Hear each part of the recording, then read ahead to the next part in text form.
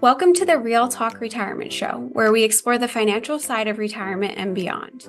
Whether you're currently retired or planning for the future, we offer real, relatable conversations about money and personal finances. Most importantly, we dive into all these topics using real talk. Now, let's get real about your money and your retirement. Okay, well, welcome everyone to a special edition of the Real Talk Retirement Show podcast. We are Brian Graff and Tracy Burke back with you as always. And well, I guess Tracy, you and I being on here is probably not what makes us special, is it? I mean, we're just the regular guys doing our regular thing. But what makes today's episode so special is we have a special guest. So please join us in welcoming Catherine Azeles to the podcast. Catherine, thanks for joining us on this journey. Thanks for the invitation. Happy to be here. Good morning. Yeah, good morning, Catherine. And Catherine is a partner here at Conrad Siegel, along with Tracy, and a friend and colleague of ours as well. So it's going to be great to have her.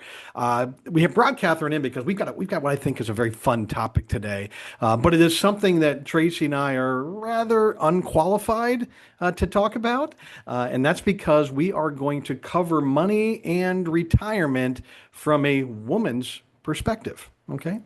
So enter Catherine. So a quick disclaimer, though, a lot of what we talk about today, it can certainly apply to all people, not just women. But this will be a specific conversation on some of the unique challenges for women. So if you're looking for something a little bit different, I get it, but we do have many other episodes of this podcast you can go back and listen to. Yeah, and Brian, I would agree that certainly you and I are not qualified, although some of my closest friends have pointed out that I do have a name that is associated with females normally. So thanks mom for that, of course. But again, this might not be our specialty, but I'm married and have two daughters. And Brian, I think you have two daughters as well. And I do. of course, we both work with men and women and families in our roles. But really, glad that we're able to sit down and have this conversation with a true expert on our team. And of course, nobody's better than Catherine. So, we should probably stop yapping and let her jump in here. So, Catherine, I know you, of course, but why don't you tell our listeners, what's your story? Why do you feel passionate about this topic? All right. Yeah. So, as I said, professionally, I am a partner and wealth consultant here at Conrad Siegel. And I work with families, not just women, right, on their financial journey. But I think I really developed this interest in this topic through my 20 years of being in the business and seeing some of these nuances, these challenges that women have to navigate when it comes to their finances.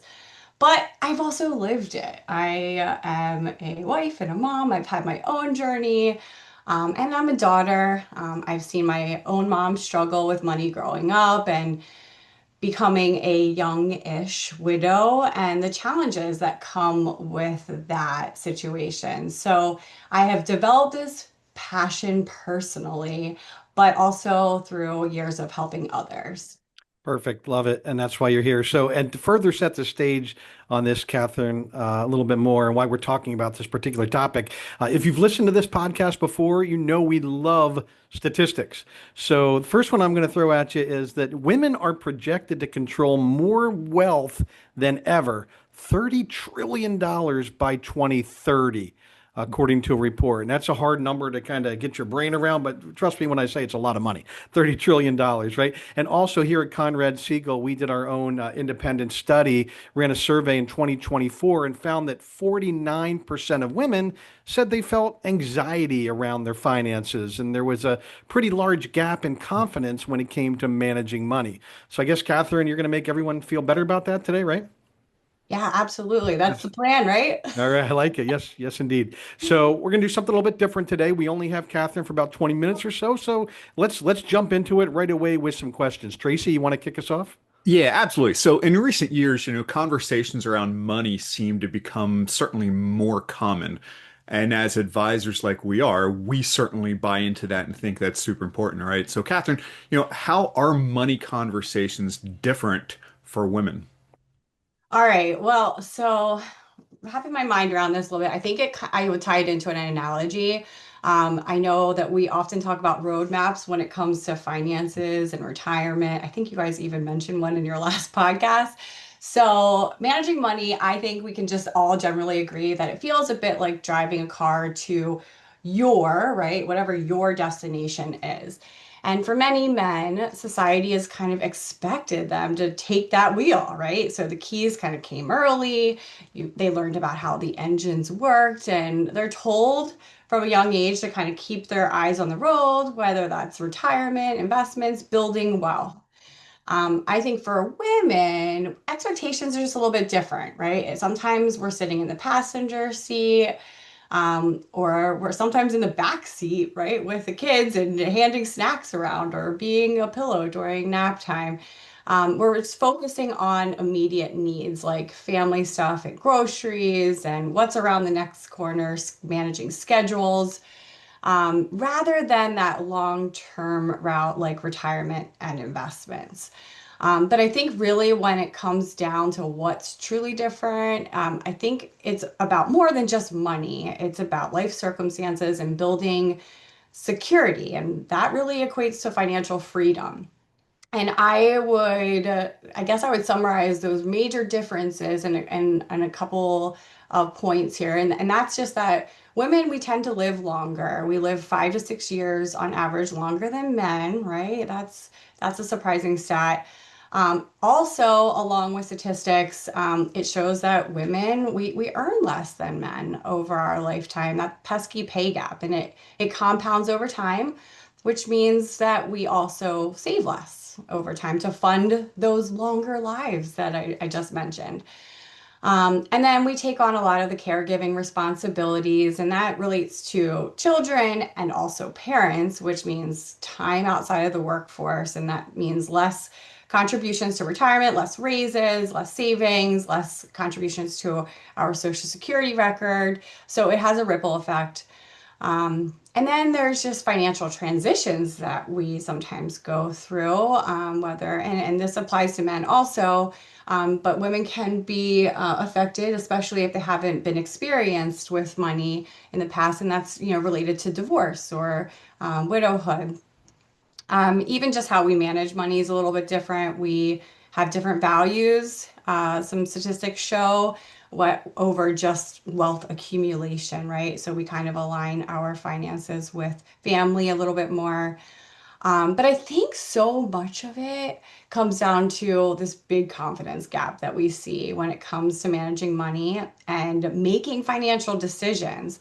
That can just lead, if you don't have that confidence, I think it leads to, and we see it all the time, Tracy, right? It can lead to analysis paralysis or just doing nothing rather than doing something, or just over worrying and being too conservative. And that can just have this whole ripple effect on your financial future. You mentioned that confidence gap again, Catherine. Why do you think that is? Why is there that gap? Oh, well, I think if I kind of reflect, I think we can all agree that women, we've come a long way. If you look historically, long time, we couldn't vote for a while, right? And it's in a recent history, own property. We couldn't even open a credit card, I think, until 1974 Wow. on our own. So we're making up for a little bit of lost time. And then there's just those traditional stereotypes out there, right? That traditionally men were the breadwinners and they had to handle the money. Like I was just talking about in my analogy, they had the keys to the car. So they were asking the questions and just more exposure to all of these decisions. And I think that we've seen, and you open with that statistic of this like transfer of wealth to women by 2030. So this is all changing. We're seeing this in real time, which is exciting. It is. But just because money's going into the hands of women doesn't necessarily equate to our confidence to deal with all of those big decisions. I don't think really confidence is something that you're necessarily born with. I mean, some people definitely maybe have a little bit more of a comfort with certain things. But I think when it comes to money, it's something that you build through action and learning and overall experience. So just many factors that play into, I think, that confidence gap. Yeah, that's a lot of intriguing stuff you just shared there. So I guess a natural follow-up question would be, so, how do you recommend that women then build that confidence and grow that confidence? Yeah, so I guess there's a lot of different ways to grow your confidence, but I think if I really were to boil it down to three things, action items, it would be experience, education, and overall exposure through community. And what I mean by experience is it just means getting that experience with managing your money. Some of this happens naturally, right? Like we have bills to pay and you have some of those things you can't avoid, right? Adulting. But some of it's unnatural, and you have to take the action to do those things, like increasing your 401k savings, setting up your estate plan. So intentional steps like that. But I think really what is important is it's okay to start small. And not get overwhelmed. It's not going to happen overnight. And so baby steps. So what that could look like is creating a budget. I know that's a really unpopular suggestion, but maybe I wouldn't even say, you don't have to have a hard line budget, but just being more aware with where your money is going is really important. It's again not a fun, but very empowering step to know what's coming in and be aware of that, and then what's going out and where, some opportunities exist. Also, with budgeting, what throws us off is just often those life curveballs. We all have them, right? But some can knock you off your feet more than others. And so you want to make sure you have a good foundation set in place. And so opening a high yield savings account, for example, having that emergency fund, and having your basic insurances addressed. That's again all foundational so that something comes up in life, it always does. It's not going to, it might just be a little bit of a punch, but it's not going to knock you on your feet. So I think generally it's just getting a handle on your money. When you do that, you become more confident. And again, it's baby steps. But then I would say educationally, you want to ask questions, right? Ask the questions. There's no dumb questions. And maybe read, a personal finance book. I have lots to recommend. But I also am a big fan of podcasts. Shockingly, right? I'm on one right now. But I think just listening or reading, however you like to take in your information, and take a course. And some of it seems a little maybe foreign at first, or you're like, I don't know. But it does, the dots start to connect over time. And, Google, the internet is a powerful tool, and AI is helpful to sum it all down for you, summarize it for you. So I think those are a lot of the tips on the education side. There's just a lot of resources, great resources online. So try to build that knowledge base. And again, it doesn't happen overnight. It's gradual and over time. And then I said that last point about community. This looks a little bit different for everyone. It might just be bringing up a money topic at your next girls' night or book club, or just talking with your girlfriends about what they're doing, or just challenges that you're seeing, or have you considered this, or and just kind of just sharing. And maybe there's someone in your family that you can talk to, or a colleague, or a financial advisor. But I think just having that community around you to do a little gut check against yourself to talk money is a big time confidence booster. So this, of course, is the Real Talk Retirement Show, and so let's focus on the to topic of retirement Mhm. for a few minutes. So, Catherine, your mind, does retirement planning look any different for women versus men? That's a tough question. So I think a lot of the retirement guidance out there is pretty standard, and it holds up for men and women, right? Those general rules of thumb, like start saving early, right? Compounding interest is powerful. Try to hit that general target of about 15%, putting away 15%. Keep saving throughout your career. And again, that can be hard with women because we do have those gaps as we care for others. Um, but there are a couple of unique considerations to take into account. One we already talked about is living longer. This can impact how much we need to save, which is typically more than men. Even our healthcare and retirement cost more. And sometimes we take those career breaks, and when we re-enter the workforce, we might need to supercharge our retirement savings. So having that factored into your mind as you're putting money away and trying to hit those goals. The other retirement consideration is the dynamics in your relationship. This is a little, it's really, I would say this is an important topic, I think, because if you're a woman out there and you're just listening, maybe you're in the car with your significant other right now, and you're coming up on retirement or retired already, and you just don't have that solid foundation of your financial situation. Maybe that's just been in your spouse's lane, or you've just been handling the day to day, and or it's just not of interest to you, which we hear all the time. I definitely recommend that you put this as a priority and understand where you're at, and talk to your partner, because if something happens to them, you don't want to be totally lost. Trust me, I've seen this. We've seen it, Tracy. We've unraveled this. And I just have a story comes to mind where a widower who lost her spouse, he was driving with her child in the car, and he had a massive heart attack. And it was such a hard call to get. But then seeing the fallout from her end, she brought in a huge box of statements that have just been accumulating. And she had to dive in. And thankfully, we really were able to help take a lot of that off of her. But it did take us 3 hours to go through those statements with her, and just kind of fill her in, educate her. And she was just busy with life, and the finances were, again, like his responsibility. It was his interest. So she did pick up the pieces with our help, but it added to our stress during an already extremely stressful time. Mm.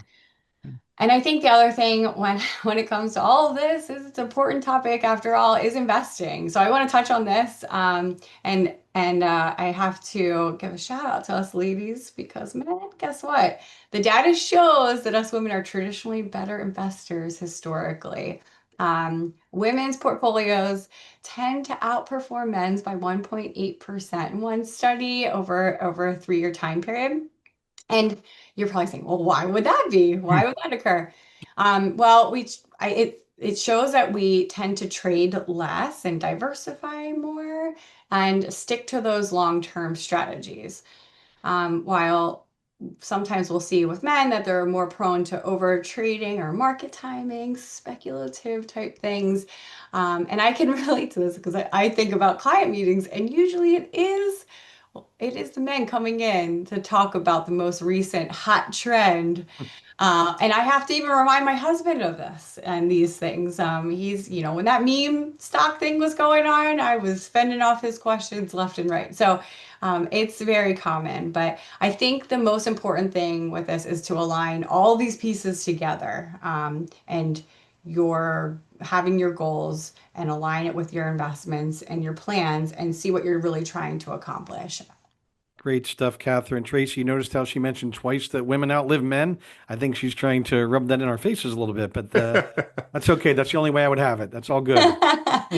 And of course, they're smarter, better investors. We already knew that. So, yeah, thanks, Catherine. That's great stuff. Well, we know we only have you for a few more minutes, and we really want to maximize the time. So, if it's okay with you, maybe let's jump into our rapid fire mailbag. These are questions we actually receive from women through our Perspectives Women Focused newsletter, Catherine. So, are you up for it?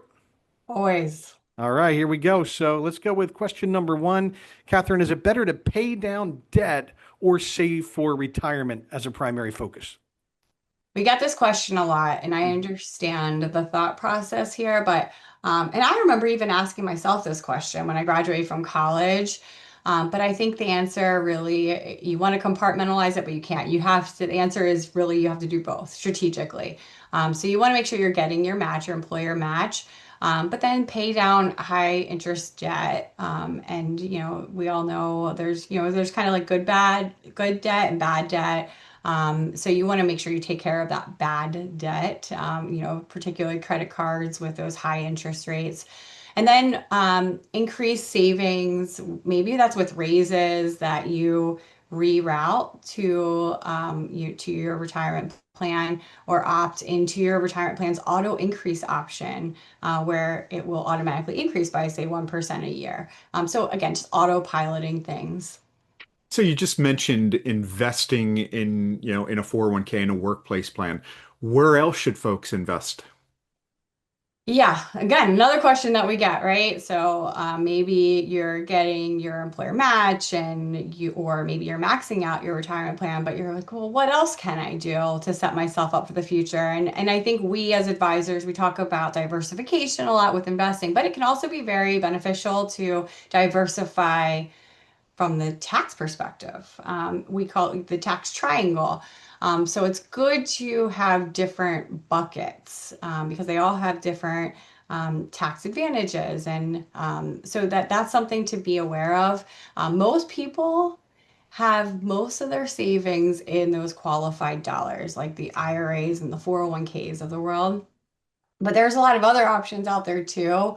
There's the Roth strategy, there's brokerage accounts, high yield savings accounts for emergencies, and all of those are good options. And then there's just different buckets for specific saving needs that you might have, like if you have a child or a grandchild that you're looking to save for additional education, the 529 type bucket would be a good one to consider for the tax benefits there. But all have a place in a solid financial plan. Yeah, great. And I think everybody can see those first two questions that came in through your Perspectives newsletter. They could have been asked by Amanda as well. So, and your answers Exactly. would be, yeah, and your answers were appropriate for everyone. And I think this third one is no different. We'll end on this one, Catherine. How much should we have saved in an emergency fund for life's unexpected? All right. Well, yeah. So this again is one of those questions. There's, a standard answer, right? The general rule of thumb is that we suggest 3 to 6 months of expenses, but it's not a bad idea, especially for women, to really kind of hit that 6 month target. And then there's just personal preferences. I always say, there's the mental side of what we do and there's the math side of what we do. So the math side would maybe say 3 to 6 months of expenses, but there's just what you prefer and feel comfortable with. I have clients that have 1 year plus set aside of their income as they enter retirement because that's what allows them to sleep comfortably at night. And so I'd say as long as you're not being too conservative, right? We don't want all your money under the mattress either, because then you're just losing your purchasing power over time through inflation. But I think as long as you're not being too conservative and doing what doing the the broad recommendations here with most of your funds, I'm good with that extra cushion. Yeah. Thanks so much, Catherine. Yeah, I love this mailbag concept. That's something new we're trying. So if any listeners out there have a question for us, please remember to submit those to podcast@conradsiegel.com. So as we wrap up today, as we always like to do, let's finish with some action items. Tracy, you want to kick us off? Yeah, so obviously we heard a lot of there are similarities between men and women in planning, right? But again, some unique things to consider. And the one I took some notes here where you're talking about building confidence, that big thing about how to building confidence, and you mentioned three things. So just want to reiterate that and give our listeners, that sort of, to-do list or think about the three things that were mentioned. The first one was gaining experience you talked about. And that's with managing money, and it's okay to start small in that, right? Education was a second part of that, just in that learning mindset and putting yourself in that environment where you can learn and grow. And then the third one, which is really interesting, is the community, right?